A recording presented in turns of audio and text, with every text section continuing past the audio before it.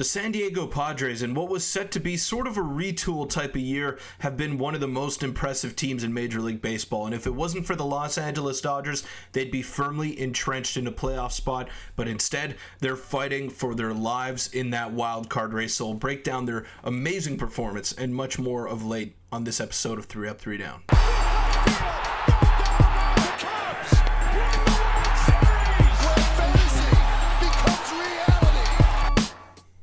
What's up, everybody? Welcome into 3 Up, 3 Down. I'm your host, Peter Vryonis.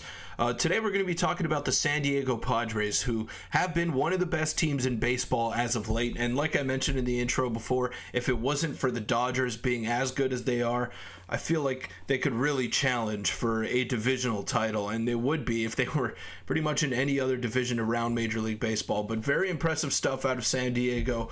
They're led by their three-headed pitching monster in Dylan Cease and Michael King and Matt Waldron. Who would have said that? Who would have had that on their bingo cards coming into the year? So they've been very impressive. Their bullpen's been really good. And even though Fernando Tatis hasn't played like an MVP, he has sort of had a bounce back season. And Jackson Merrill, one of the most impressive rookies around Major League Baseball. But without further ado, let's just get into some of the stats that I want to look into here. And the Padres have won 9 of their last 10 games, which is the most impressive stat of all. And winning cures everything. And in a year that was expected to be sort of a transitional period, with Juan Soto departing and trading away Juan Soto, who is arguably the best hitter in baseball, for prospects, and Michael King in a full-time starting role now, they weren't sure, and many pundits around the league weren't sure what to expect out of the San Diego Padres, but it hasn't seemed to have mattered. And after an up-and-down start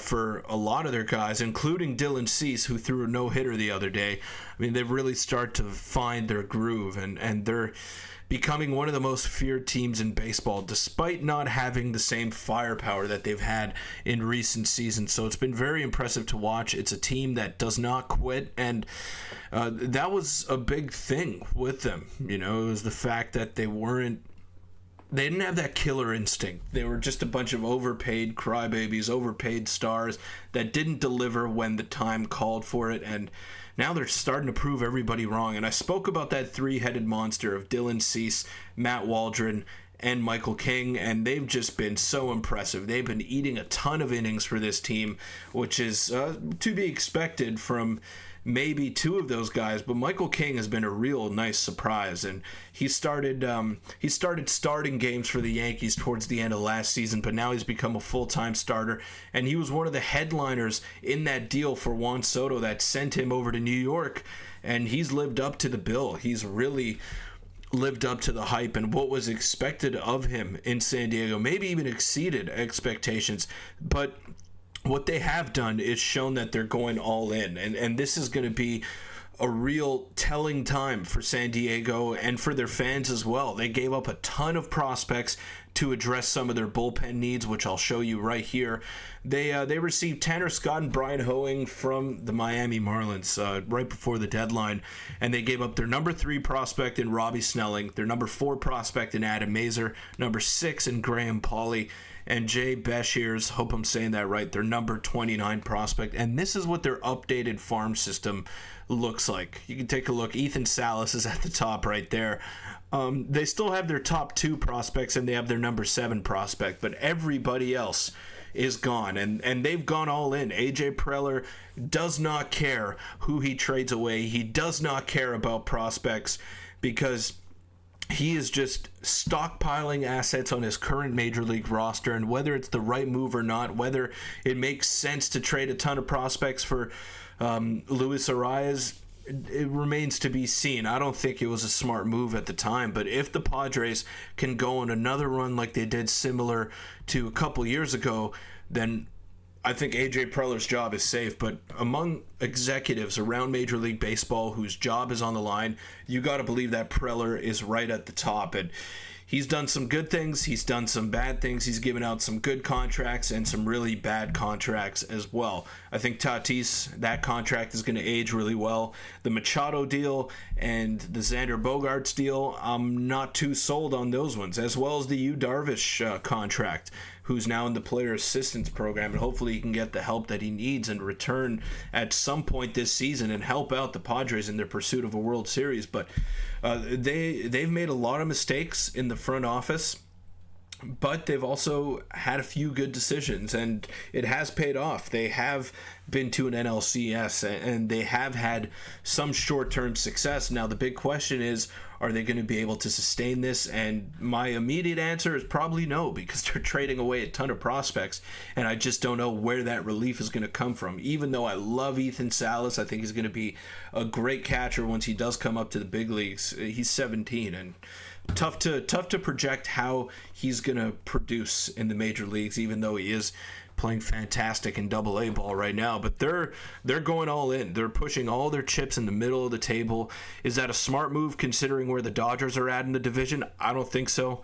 Are they a World Series contender? Are they a legit team that can challenge for the crown in October? Again, I don't think so, but AJ Preller has made his move, and he's been very aggressive, not just this year, but in the years past as well.